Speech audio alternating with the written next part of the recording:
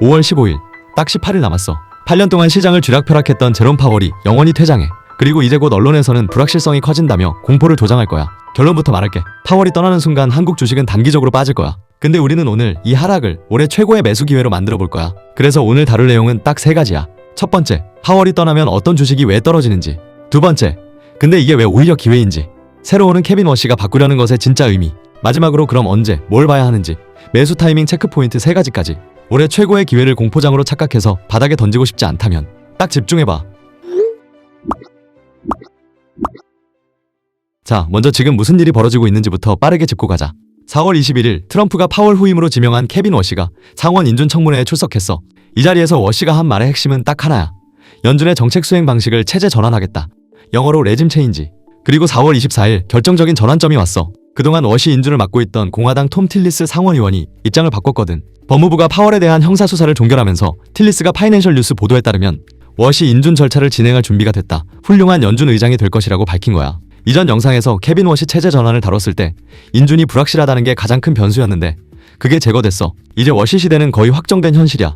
근데 문제는 체제 전환이라는 게 시장한테 단기적으로는 충격이라는 거거든. 그럼 왜 떨어지느냐? 워시가 바꾸겠다고 한 것 중에서 시장을 단기적으로 흔드는 요인이 3가지 있어. 이걸 이해하려면 먼저 워시라는 사람을 알아야 해. 케빈 워시는 2006년부터 2011년까지 연준 이사를 지냈어. 2008년 금융위기 때 연준과 월가 사이의 핵심 연락책이었고 당시 양적 완화 확대에 비판적이었던 소수파야. 매파적인 비둘기라는 별명이 붙어있는데 이 별명의 의미는 나중에 설명할게. 지금은 단기 충격부터 보자. 첫 번째, 시장의 내비게이션이 꺼져. 지금까지 연준은 포워드 가이던스라는 걸 해왔어. 우리 앞으로 금리 이렇게 갈 거예요 하고 미리 예고해주는 거야. 내비게이션이 3km 앞에서 우회전입니다 하고 알려주는 것처럼. 시장 참가자들이 이걸 보고 미리 포지션을 잡았거든. 근데 워시는 이 내비게이션을 꺼버리겠다고 했어. 청문회에서 나는 미래 정책 결정을 예고하는 포워드 가이던스를 믿지 않는다고 딱 잘랐거든. 한국은행도 이 부분에 대해 물가 판단 기준이 바뀔 경우 시장 금리 예측력이 떨어지고 변동성이 커질 수 있다고 평가했어. 내비게이션 없이 처음 가는 길을 운전하는 거야.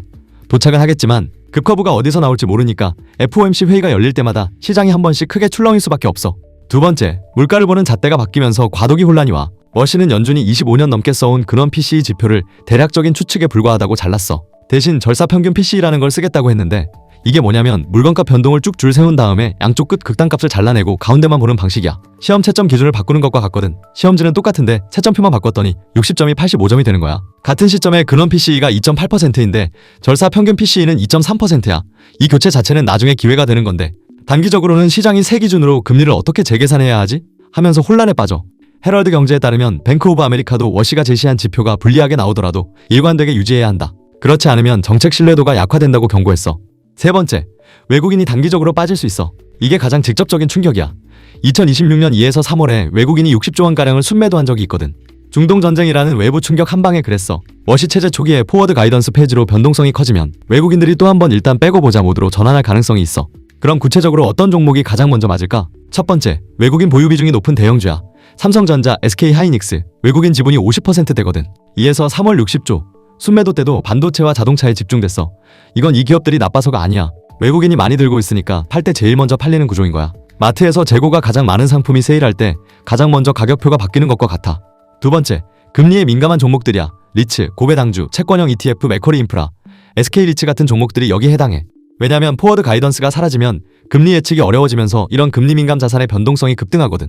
금리가 어디로 갈지 모르는데 금리로 먹고 사는 종목들이 흔들리지 않을 수가 없어. 이걸 좀 더 쉽게 설명하면 리츠나 고배당주는 은행 이자 대신 주식으로 이자를 받는 구조야. 은행 금리가 앞으로 이 정도 될 거야 라는 예측이 가능해야 이 종목들의 가치를 계산할 수 있는데 포워드 가이던스가 없어지면 그 계산 자체가 흔들리는 거지. 그래서 체제 전환 과도기에 금리 민감주의 변동성이 가장 먼저 가장 크게 틀 수 있어. 세 번째, 환율 피해주야. 워시 체제에서 달러 약세가 오면 원화가 강해지거든. 원화가 강해지면 수출 기업들의 원화 환산 매출이 줄어들어. 예를 들어 100달러짜리 물건을 팔았을 때 환율이 1,500원이면 15만 원이 들어오는데 1,400원이면 14만 원밖에 안 들어와. 같은 양을 팔았는데 매출이 7% 줄어드는 거야. 특히 환해지를 안 한 중소형 수출주들이 직격탄을 맞을 수 있어. 대형 수출주들은 대부분 환해지를 하고 있지만 중소형주는 비용 문제로 안 하는 곳이 많거든. 여기까지 들으면 그럼 한국 주식 다 파는 게 맞는 거 아니야? 하고 생각할 수 있어.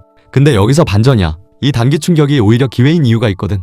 워시가 바꾸겠다는 것들의 본질을 들여다보면 답이 나와. 핵심만 말하면 워시의 체제 전환은 겉으로는 매파적이지만 실제 손에 쥔 도구는 비둘기파적이야. KB증권이 딱 이렇게 정리했어. 인플레이션 통제에 대한 의지는 매파적으로 들리지만 실제로 제안한 정책 도구는 비둘기파적이다. 이게 무슨 뜻이냐면 중장기적으로 금리가 내려갈 방향이라는 거야. 3가지 근거가 있어. 첫 번째, 물가 잣대 교체의 진짜 의미야. 아까 단기적으로는 혼란이라고 했잖아.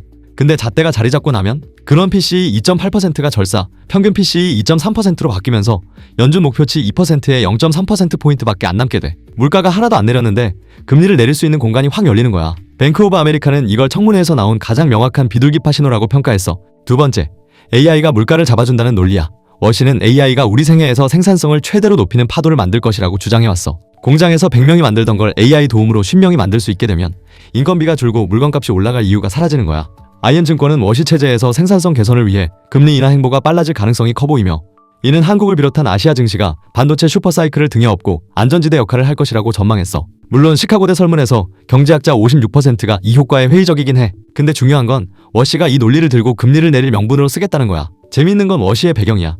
이 사람이 쿠팡 사회이사를 2019년부터 올해 초까지 했고, 쿠팡 주식을 47만 주, 시가 약 130억 원어치를 갖고 있어. 투자의 전설 스탠리 드러켄밀러의 듀케인 패밀리 오피스에서 핵심 파트너로도 일했고, 재무부 장관 스콧 베센트도 드러켄밀러 출신이야.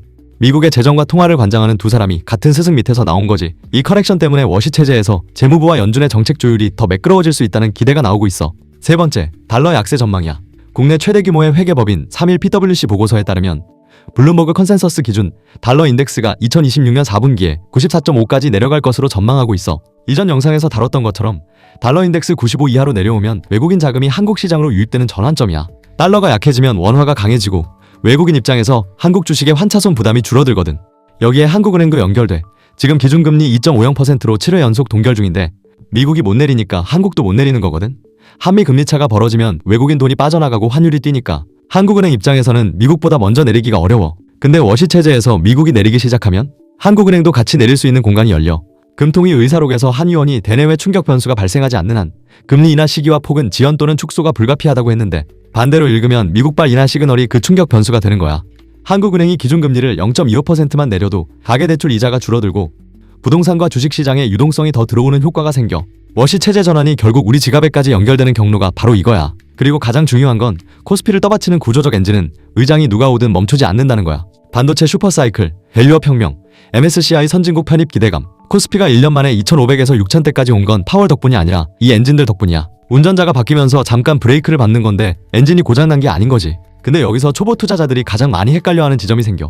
사냥꾼님, 그러면 떨어질 때 아무 주식이나 사면 되는 건가요? 답부터 먼저 말할게. 절대 아니야. 떨어지는 이유가 다르면 회복 속도도 다르거든. 아까 말한 삼성전자, SK하이닉스 같은 외국인 대형주는 외국인이 돌아오면 가장 빨리 회복해. 구조적으로 좋은 주식인데 수급 때문에 빠진 거니까. 실제로 2에서 3월에 60조 순매도 이후 4월에 외국인이 다시 3.2조를 순매수하면서 가장 먼저 반도체 대형주로 돌아왔잖아. 이게 패턴이야. 근데 금리 민감주는 다를 수 있어. 포워드 가이던스 페이지가 일시적 이벤트가 아니라 구조적 변화라서 금리 예측이 어려운 환경이 한동안 지속될 수 있거든. 리츠나 고배당주는 금리 방향이 명확해질 때까지 변동성이 계속 클 수 있어. 결국 이 시기에 줍는다면 외국인이 빠졌다가 돌아올 때 가장 먼저 들어가는 종목, 그러니까 구조적으로 건강한 대형주를 노리는 게 핵심이야. 자, 그럼 투자자로서 지금 당장 뭘 확인해야 할까? 매수 타이밍을 잡는 핵심 체크 포인트 딱 3가지만 짚어줄게. 첫 번째, 워시가 의장으로 앉은 뒤 첫 번째 공식 발언이야. 워시 인준은 사실상 확정된 분위기야. 그동안 투표를 맡고 있던 공화당 틸리스 의원이 4월 24일에 이제 진행하자로 입장을 바꿨거든. 공화당이 과반이니까 악을 사람이 없어졌어. 그래서 진짜 봐야 할 건 인준 자체가 아니라 워시가 의장으로 앉은 뒤 처음으로 입을 여는 순간이야. 새 의장이 첫 기자회견이나 첫 연설에서 나는 이렇게 갈 거다 하고 방향을 제시하면 그때 시장이 한번 크게 움직여. 파월 체제에 맞춰 포지션을 잡고 있던 돈들이 새 기준에 맞춰서 재배치되는 거거든. 두 번째, 워시 체제 첫 FOMC 성명서야. 이게 가장 중요해. 워시가 의장이 된 후 첫 FOMC에서 절사 평균 PCE를 공식 지표로 채택하는지, 포워드 가이던스 관련 문구가 빠지는지를 확인해야 해. 이 두 가지가 성명서에 반영되는 순간 시장은 금리 인하 경로를 완전히 재계산하기 시작해. 나스닥이 먼저 반응하고 그 여파가 코스피 외국인 수급으로 넘어와.